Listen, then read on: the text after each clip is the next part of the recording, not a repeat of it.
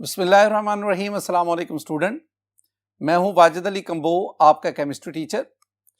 Student, हम second year chemistry में organic जो केमिस्ट्री उसका चैप्टर नंबर 7 इसको स्टडी करें और आज उसका तीसरा लेक्चर है। आज के लेक्चर में हम सोर्सेज ऑफ ऑर्गेनिक कंपाउंड्स इसको स्टडी करेंगे। ऑर्गेनिक कंपाउंड बुनियादी तौर पर दो तरह के हैं, एक जिन्हें हम नेचुरली हासिल करते हैं, I mean natural organic compound, और दूसरे जिन्हें हम लेबोरेटरीज में प्रिपेयर करते हैं, इंडस्ट्री में प्रिपेयर करते हैं, I mean artificial organic compounds. हम ना natural sources of organic compound यानी ऑर्गेनिक कंपाउंड को कुदरती तौर पर हम किन किन सोर्सेज से हासिल करते हैं, आइए हम उनको स्टडी करते हैं। माय डियर स्टूडेंट्स, जब हम सोर्सेज ऑफ ऑर्गेनिक कंपाउंड्स की बात करते हैं ना, तो इससे मेरी मुराद natural sources of organic compound है, यानी मैं नेचुरल सोर्सेज की बात कर रहा हूं। नेचुरल सोर्सेज, कुदरती तौर पर हम ऑर्गेनिक कंपाउंड्स कहां से हासिल करते हैं? तो हमारे पास ना 4 सोर्सेज है। एक हमारे पास है नंबर 1 पे प्लांट्स एंड एनिमल्स, ये इनसे हम बहुत ज्यादा ऑर्गेनिक कंपाउंड हासिल करते हैं। साथ ही साथ हमारे पास आ गया नंबर 2 पे कोल, फिर हमारे पास आ गया नेचुरल गैस। नेचुरल गैस हमारे मुल्क में इसे सुई गैस कहते हैं, और नंबर 4 पे पेट्रोलियम। स्टूडेंट, ये 4 सोर्सेज है जिनसे हम नेचुरली ऑर्गेनिक कंपाउंड को हासिल करते हैं। मैं इन 3 का जिक्र करूंगा, कोल, नेचुरल गैस और पेट्रोलियम, और यही हमारे सिलेबस का हिस्सा भी। ये जो तीनों है ना, इन तीनों को हम कलेक्टिवली कहते हैं दीज आर फॉसल फ्यूल। ये फॉसल फ्यूल है, दीज आर फॉसल फ्यूल्स। और फॉसल्स तो आप जानते हैं ना कि अगर आपसे कहा जाए कि फॉसल्स क्या है, बायो वाले खास तौर पर इसको अच्छी तरह जानते हैं। Fossils the remains of plants and animals, यानी आज से लाखों साल पहले जो प्लांट्स थे, जो एनिमल्स थे, they got buried, they become the parts of sediments, और फिर with the passage of time they converts into fossils. और आजकल वो जो फॉसल्स हैं, they are present in the form of coal, natural gas and petroleum. ये एक दफा ना एग्जाम में स्टूडेंट एमसीक्यू आया था कि from which of the following sources organic compounds are obtained on large scale, यानी इनमें से किन सोर्सेज से ऑर्गेनिक कंपाउंड आप ज्यादा हासिल करते हैं। ऑप्शन ए था कोल, बी था नेचुरल गैस, सी था पेट्रोलियम, और डी था आपके पास फॉसल फ्यूल। तो the correct answer is fossil fuel. यानी जब हम फॉसल फ्यूल की बात करते हैं तो उसमें आपके पास कोल भी आ गया, उसमें आपके पास नेचुरल गैस भी आ गई, और उसमें आपके पास पेट्रोल भी आ गया। स्टूडेंट, हम इन फॉसल फ्यूल को 1 बाय 1 डिस्कस करते हैं। तो सबसे पहले आज के इस लेक्चर में मैं कोल का जिक्र करूंगा। कोल को हम कोयला कहते हैं, कोयला। तो इसकी डेफिनेशन जरा देख लें। What is coal? A black और brownish black hard rock which can be burned as solid fossil fuel. अब ये भी आपको पता है कि फॉसल फ्यूल में से coal is solid, natural gas this one is a gas, and petroleum this one is a liquid. यानी फॉसल फ्यूल तीनों फिजिकल स्टेट में एग्जिस्ट करते हैं, और इसमें जो कोल है, this one is the solid fossil fuel. Coal fuel वो सब्सटेंस जिससे हम एनर्जी हासिल करते हैं in the form of heat, that is fuel. तो coal is a solid fossil fuel, it is a combustible fuel, it is a combustible rocks, and this one is black और brownish black hard rock. यानी ये इसकी, या तो ये black होती जो प्योर कोल होता है, जिसे हम आगे चल के एंथ्रासाइट कहेंगे, वो जेट ब्लैक इन कलर होता है, और जो लिग्नाइट हो गया या बिटुमिनस हुआ वो ब्राउन या ब्राउनिश ब्लैक होता है। और हार्डनेस इसका भी अभी हम जिक्र करेंगे। आपको ना कोल की ये डेफिनेशन इसको जरा याद रखना। फॉर्मेशन ऑफ कोल। कोल कैसे बनी? स्टूडेंट, कहा जाता है कि आज से 500 मिलियन ईयर्स अगो, आज से 50 करोड़ साल पहले जमीन के ऊपर जो वेजिटेशन थी, ये वेजिटेशन जो है वो जमीन के अंदर दफन होती गई। प्रेशर की वजह से, हाई टेम्परेचर की वजह से यही vegetation, I mean dead plants and trees, they converts into various forms of coal. जरा इन बात को देखें। फॉर्मेशन ऑफ कोल में मैं कहूंगा एक सेंटेंस आपको याद करवाना है। It is believed that coal in nature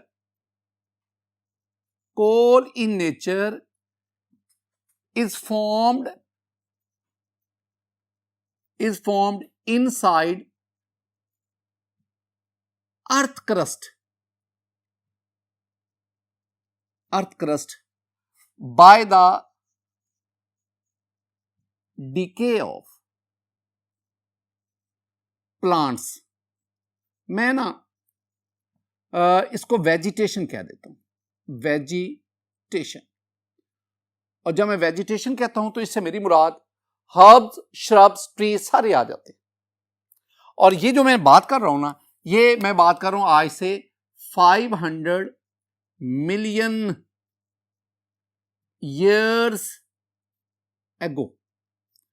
ये 500 मिलियन ईयर जो है ना, ये स्टूडेंट तकरीबन ये 50 करोड़ साल पहले की बात है।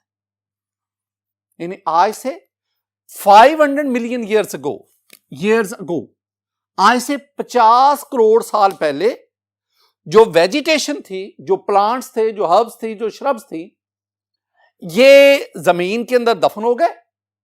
और फिर हाई टेम्परेचर और हाई प्रेशर की वजह से anaerobic in the absence of air, anaerobic reactions की वजह से ये जो है दे कन्वर्ट्स इनटू कोल। ये कोल में कन्वर्ट होते हैं। एक दो बातें जो मैंने आपके साथ, वैसे आपने ये याद रखनी है, ये जो है ना कोल, ये जमीन के उस हिस्से में बनी, ज्यादातर ये उस हिस्से में बनी जहां पे दलदली जगह थी, swamp area, SWAMP, swamp area, दलदली जगह। और दूसरा मैंने कहा it is due to anaerobic reactions,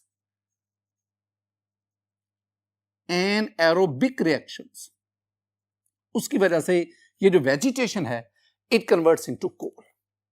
अब जरा स्टेप बाय स्टेप इन चीजों को जरा देखें कि कोल फॉर्मेशन के दौरान कौन कौन से स्टेजेस इन्वॉल्व थे। पहली बात, हमारे पास जो वुड है, वुड से मेरी मुराद, मैं यहां पे लेता हूं, वुड से मेरी मुराद है डेड प्लांट्स एंड ट्रीज।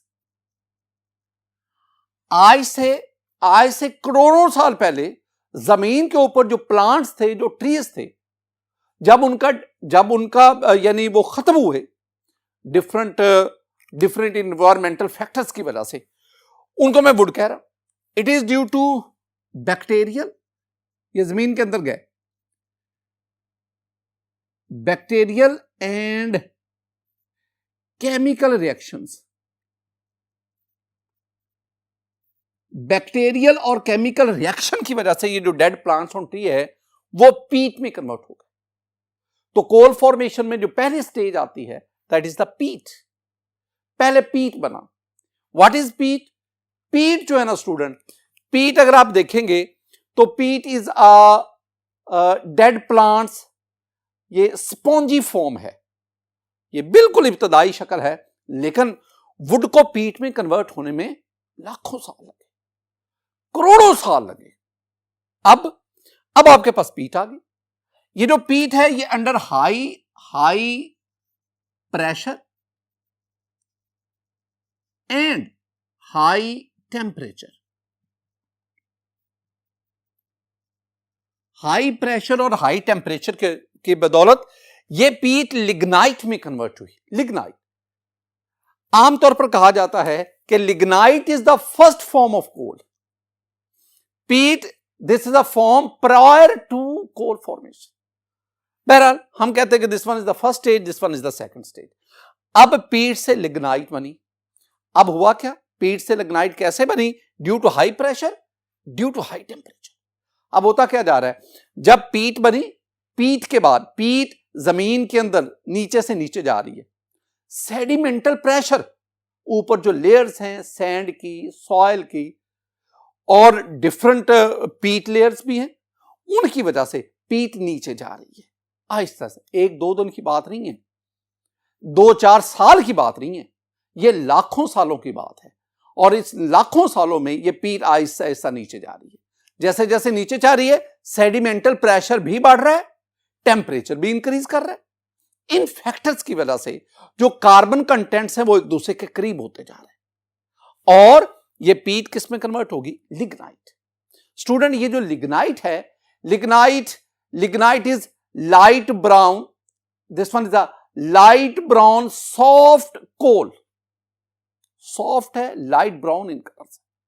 अब नेक्स्ट हम, ये जो लिग्नाइट है ये under high pressure it converts into bituminous coal, bituminous coal. अब ये जो बिटुमिनस कोल है, अगर आप इसको देखेंगे, ये जो बिटुमिनस कोल है इट इज डार्क ब्राउन और ये लिग्नाइट की निस्बत ज्यादा हार्ड है, इसमें कार्बन कंटेंट ज्यादा है। अब this bituminous coal under high pressure, जैसे जैसे आप पीट से लिग्नाइट से बिटुमिनस और बिटुमिनस से आगे बढ़ते हैं, वैसे वैसे ये कोल जमीन के अंदर नीचे से नीचे धंसती जाती है। और एक और चीज, सेडिमेंटल प्रेशर बढ़ता जाता है, डिफरेंट लेयर्स ऑफ कोल वो ऊपर आती जाती है, प्रेशर बढ़ रहा है। उस प्रेशर की वजह से आपके पास ये bituminous coal it converts into anthracite. ये जो एंथ्रासाइट है, this is the jet black coal, this one is very hard, it is shiny coal, it is shiny jet black in colour and अगर आप इसकी नेचर को देखेंगे, this one is very hard. तो student, peat, lignite, bituminous and anthracite, these are various forms of coal. और coal would say, अब एक term हम इस्तेमाल करते हैं, carbonisation. The formation of coal is actually the carbonisation. Carbonisation का मतलब है कि डेड प्लांट्स और ट्रीज ये एंथ्रासाइट में कन्वर्ट हो गए, और एंथ्रासाइट एक ऐसी कोल है जिसमें परसेंटेज ऑफ कार्बन सबसे ज्यादा है। तो जब ऐसे कंपाउंड बने जिनमें कार्बन कंटेंट्स बढ़ते जाएं, तो दैट प्रोसेस कॉल्ड कार्बोनाइजेशन, हम उसे कार्बोनाइजेशन कहते हैं। स्टूडेंट, ये जो हमने कोल की डिफरेंट फॉर्म्स पढ़ी, मैं आपको इन फॉर्म्स के दरमियान जो है कंपैरिजन वो समझाना चाहता हूं। माय डियर स्टूडेंट, कंपैरिजन में अगर आप आएंगे तो मेरे पास ये एक टेबल है। इस टेबल में मैंने कोल्स की चारों फॉर्म्स ली हैं, यानी मेरे पास पीट भी है, मेरे पास लिग्नाइट भी है, बिटुमिनस भी है और एंथ्रासाइट भी है। मैं पहले इन चारों में ना परसेंटेज ऑफ कार्बन आपके साथ शेयर करता हूं। अगर हम परसेंटेज ऑफ कार्बन की बात करेंगे ना, तो आपके पास जो पीट है इसमें कार्बन जो है वो 50 to 55% है, यानी इसमें कार्बन की परसेंटेज सबसे ज्यादा है। कार्बन के अलावा इसमें वोलाटाइल कंपाउंड्स हैं, इसमें मॉइस्चर है, इसमें डिफरेंट ऑर्गेनिक कंपाउंड्स भी मौजूद हैं, इसमें डिफरेंट इंप्योरिटीज भी मौजूद है, मॉइस्चर सबसे ज्यादा है। तो पहले आपके पास पीट जो है इट कंटेन्स 50 to 55% कार्बन, और जो बाकी है वो इंप्योरिटीज हैं, मेनली इसमें मॉइस्चर है।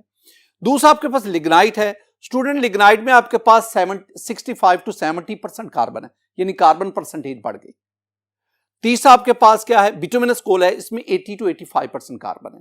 और चौथे आपके पास है anthracite, it contains about 95% carbon. It means जितनी कोल ज्यादा गहराई में जा रही है, प्रेशर की वजह से कार्बन एटम्स एक दूसरे के करीब होते जा रहे हैं, और जितनी नीचे कोल होगी उतनी उसमें परसेंटेज ऑफ कार्बन ज्यादा होगी। परसेंटेज ऑफ कार्बन के बाद स्टूडेंट हम इनकी नेचर को देखते हैं। अगर आप पीट की बात करेंगे तो मैंने पीट के बारे में कहा कि this one is actually decay vegetation और this one is very soft. उसके बाद आप लिग्नाइट की बात करें, this one is spongy, I mean soft light brown coal. Then you have the bituminous, the bituminous is somewhat hard, and this one is dark brownish black coal. And last way you have the anthracite. Anthracite is hardest shiny jet black coal. अब इसमें एक बात को ध्यान में रखना है कि जैसे हम पीट से एंथ्रासाइड की तरफ जाते हैं ना, इनमें परसेंटेज ऑफ कार्बन बढ़ती है। जब परसेंटेज ऑफ कार्बन बढ़ेगी तो तो कलर डार्क होता जाएगा, हार्डनेस इंक्रीज करती जाएगी। I mean darkness in colour and hardness of coal is directly proportional to percentage of carbon. एक और आप प्रॉपर्टी उसको आप देखेंगे, and that is the calorific values. Calorific values I mean अगर आप 1 किलोग्राम कोल बर्न करें तो वो कितनी हीट प्रोड्यूस करेगी। अगर आप कैलोरीफिक वैल्यू देखें तो calorific value is also directly proportional to percentage of carbon. I mean जो पीट है उसकी कैलोरीफिक वैल्यू कम है, लिग्नाइट की ज्यादा, बिटुमिनस की उससे ज्यादा, और सबसे ज्यादा कैलोरीफिक वैल्यू जो है ना वो आपके पास एंथ्रासाइड है।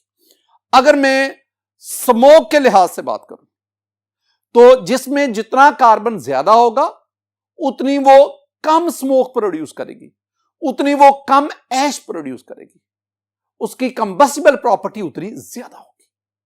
स्टूडेंट एक और भी तज़किरा यहां मैं करूंगा, और वो अगर आप देखेंगे तो वो इनके अक्रंस के लिहाज से इस वक्त रुए जमीन पर जो सबसे ज्यादा कोल की फॉर्म एग्जिस्ट करती है ना वो बिटुमिनस कोल है, और ये अबाउट 50% है।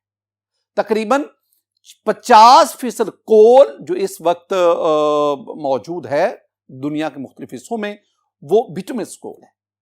एंथ्रासाइड सबसे कम पाई जाती है और वो तकरीबन 1% है, और बाकी जो आपके पास पीट है या लिग्नाइट है वो 20 to 25% वो एग्जिस्ट करती है। दुनिया में सबसे ज्यादा कोल जो है ना वो अमेरिका में है। अमेरिका के बाद आपके पास रशिया है, रशिया के बाद आपके पास ऑस्ट्रेलिया है, फिर चाइना है और फिर इंडिया है। यानी मैं इसके कोल के रिसोर्सेज के बारे में, रिजर्वॉयर के बारे में बात कर रहा हूं। स्टूडेंट आगे हम बढ़ते हैं। ये जो कोल है ना, कोल जो है this one is a domestic solid fuel, it is also used in industry, बहुत बड़े पैमाने पे यूज होता है, लेकिन हम बात कर रहे हैं सोर्सेज ऑफ ऑर्गेनिक कंपाउंड। अब कोल से ऑर्गेनिक कंपाउंड को कैसे हासिल किया जाता है? यहां एक प्रोसेस है, that process called the carbonisation और डिस्ट्रक्टिव डिस्टिलेशन ऑफ कोल। जब हम कोल की कार्बोनाइजेशन करवाएं या कोल की डिस्ट्रक्टिव डिस्टिलेशन करवाएं तो फिर हमारे पास a variety of organic compound वो हासिल होते हैं।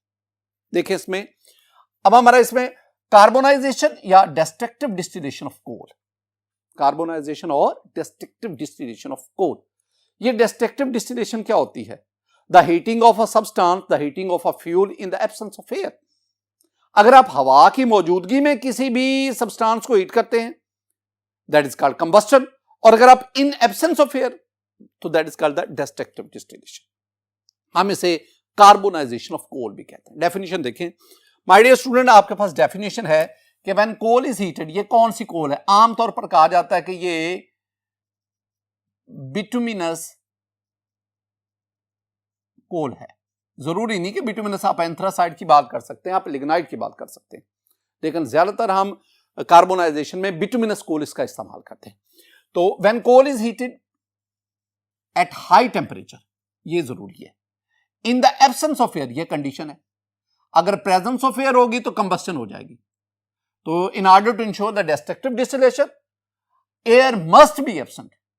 तो अगर आप हवा की अदम मौजूदगी में हाई टेम्परेचर पर, ये मैंने टेम्परेचर रेंज लिख दी, अगर आप कोल को हीट करते हैं इट इज कन्वर्टेड इनटू, 3 चीजें बनती हैं, coke, coal gas and coal tar. 3 चीजें, coke, coal gas and coal tar. एक चीज तो जरा देखें माय डियर स्टूडेंट, मेरे पास ये एक हॉरिजॉन्टल ट्यूब है, ग्लास ट्यूब है, इसमें मैं पीसेस ऑफ कोल लेता हूं। ये मेरे पास एक वर्टिकल ट्यूब है, इसमें सम अमाउंट ऑफ वाटर में लेता हूं। जब मैं इस कोल को हीट करता हूं तो हीट करने पर it produces the colourless vapours, और ये वेपर जो है ना इधर आके वाटर में अब्सॉर्ब होते हैं, डिसॉल्व होते हैं। कुछ देर के बाद कुछ वेपर जो हैं they condense down and they form a black liquid. that inside at the bottom of the water. This one is the coal tar. इसे हम कहते हैं coal tar. कुछ vapors हैं, they dissolve in water and they form a colorless layer above this coal tar. This one is called ammonical liquor. Some vapors they do not dissolve in water. They throw out through this tube, and this one is a gaseous substances. These are called coal gas. The residue remain in the test tube, that is called coke. अगर आप इन चीजों को देखेंगे, the destructive distillation of coal, it produces four products. The first one is coke, that is the solid residue, ammonical liquor, coal tar and coal gas. अब अगर आप इनको देखेंगे, ये जो आपके पास कोक है, this one is carbon atoms और इनमें इंप्योरिटीज बहुत कम होती है. ये जो है इसके ऊपर अगर आप स्टीम को पास करेंगे तो it will produce a carbon monoxide and hydrogen, that is called water gas, and that is used in the production of various compounds, organic compounds. Student, दूसरा आपके पास ये अमोनिकल लिकर्स है. Ammoniacal liquor actually ammonia dissolve in water, and this ammonical liquor is used in the preparation of different fertilizers. You have the coal tar. Coal tar is very useful substance. कोल तार जो है ये मुख्तलिफ किस्म की product बनाने में इस्तेमाल होता है. कोल तार से हम डाइज बनाते हैं, इससे इंसेक्टिसाइड बनती है, ये मेडिसिन में इस्तेमाल होता है और मुख्तलिफ किस्म के आर्टिफिशियल रेयन उसकी प्रेपरेशन में भी ये इस्तेमाल होता है. एक और भी बात, ये जो आपके पास कोल गैस है, coal gas is actually a mixture of methane, hydrogen, carbon monoxide and different hydrocarbon gases. This coal gas is used as industrial fuel. अब इसमें जो इंपॉर्टेंट मेरे नेक्स्ट है, अभी तक जो मैंने आपको बात बताई, स्टूडेंट जरा इसको देखें. मैंने कहा जब हम कोल को 500 टू 1000 डिग्री सेंटीग्रेड तक हीट करते हैं, और दूसरी बात क्या कही थी, इन द एब्सेंस ऑफ एयर, तो हमारे पास क्या हासिल होता है. मैंने तीन चीजें, चौथी भी एक बोल दी थी, हमारी बुक तीन चीजों की तरफ कहती है. हमारे पास हासिल हुआ कोक, हमारे पास हासिल हुआ कोल तार, और हमारे पास हासिल हुआ कोल गैस. ये सॉलिड है, ये लिक्विड है, ये विस्कस सॉलिड लिक्विड, और ये गैसियस फॉर्म है. इनके बारे में मैंने आपको बता दिया हर एक के बारे में कि ये जो कोक गैस है ये मोस्टली कार्बन है, इससे वाटर गैस और वाटर गैस से डिफरेंट ऑर्गेनिक कंपाउंड प्रिपेयर होते हैं.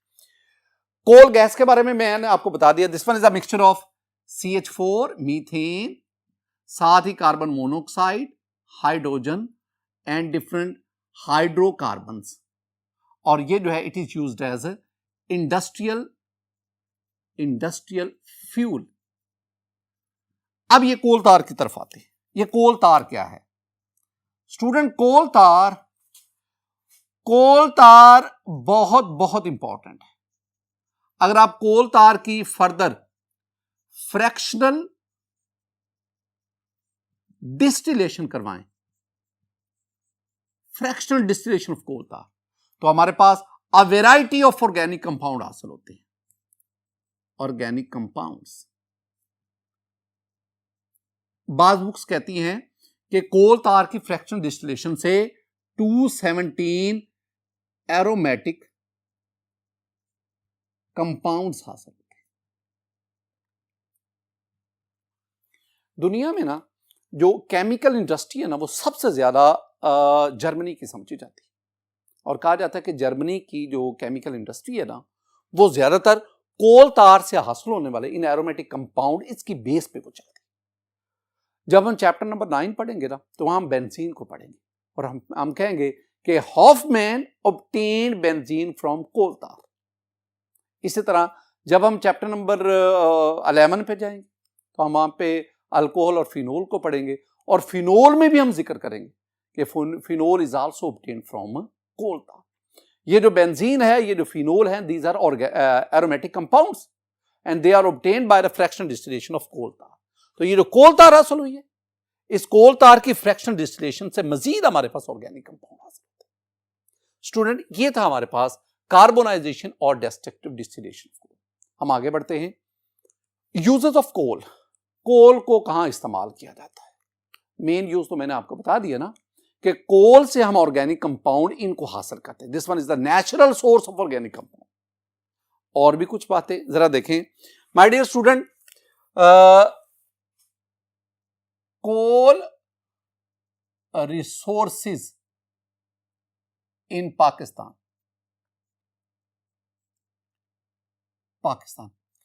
According to geological survey of Pakistan, Pakistan में कोल के एस्टिमेटेड जो रिसोर्सेज हैं वो 184 बिलियन टन्स। ये मैंने इसलिए लिखा क्योंकि ये अक्सर ना एमसीक्यू पूछा जाता है, ये एमसीक्यू पूछा जाता है और ये उसमें ऑप्शन दिया जाता है कि पाकिस्तान में कोल रिसोर्सेज ये कितना, तो as estimated by geological survey of Pakistan तो 184 बिलियन टन। अब इसमें से ना, इसमें से तकरीबन 80% जो है ना coal, that is used to bake bricks in lime kiln. तो ये भट्ठों में जो भट्ठा खश्त है, ये ईंटों के जो भट्ठे हैं उसमें ईंटें पकाने के लिए ये इस्तेमाल होता है। जो बहुत बड़ा हिस्सा जो रिमेनिंग है that is used as domestic fuel. ये हमारे बुक में लिखा हुआ तो मैंने ये बता दिया। स्टूडेंट, पाकिस्तान में आजकल ना कोल से पावर स्टेशन, उससे बिजली पैदा की जा रही है और मुख्तलिफ जो पाकिस्तान में अब जो ये सी पैक के तहत मुख्तलिफ power station, coal fired power station वो कायम हो रहे हैं, तो उससे वो बिजली बना रहे हैं। तो पाकिस्तान में इसको पावर स्टेशन में भी यूज किया जाता है। इसके एडवांटेजेस भी हैं, डिसएडवांटेजेस भी हैं। एडवांटेजेस ये हैं कि इससे बिजली बनती है, डिसएडवांटेज ये हैं कि इन्वायरमेंटल थ्रेट है, इन्वायरमेंटल पोल्यूशन का बायस बनते हैं। बहरहाल दोनों चीजें साथ साथ। डेवलपमेंट ऑफ कोल, पाकिस्तान में कोल डेवलपमेंट, तो मैं यहां सिर्फ दो चीजों का जिक्र करूंगा। पहला है कि सिंध कोल अथॉरिटी, जो सिंध कोल अथॉरिटी कायम है, ये सिंध कोल अथॉरिटी जो है वो कोल की तरक्की में, कोयले की तरक्की में काम कर रही है। सिंध में ना थर जो है ना, थर के इलाके में कोल के वास्ट रिजर्वायर है और अब थर में वो डिफरेंट पावर स्टेशन इंस्टॉल कर रहे हैं जिससे वो कोल फायर्ड जो है ना इलेक्ट्रिसिटी पावर वो प्रोड्यूस करेंगे। इसी तरह आप पंजाब की बात कर लो,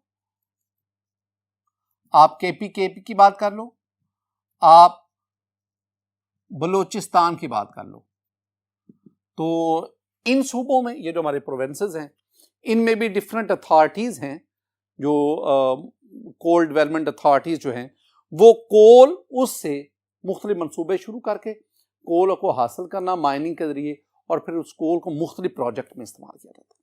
मैंने जैसे पहले भी जिक्र किया, साहिवाल के करीब सी पैक चाइना की मदद से एक 1320 मेगावाट का कोल फायर्ड जो पावर प्लांट वो इंस्टॉल हुआ है और उससे बिजली जो है वो पूरे मुल्क में जा रही है। इस तरह डिफरेंट और जगहों पे भी कोल से बिजली पैदा करने के प्रोसेस जो हैं वो इंस्टॉल किए जा रहे हैं।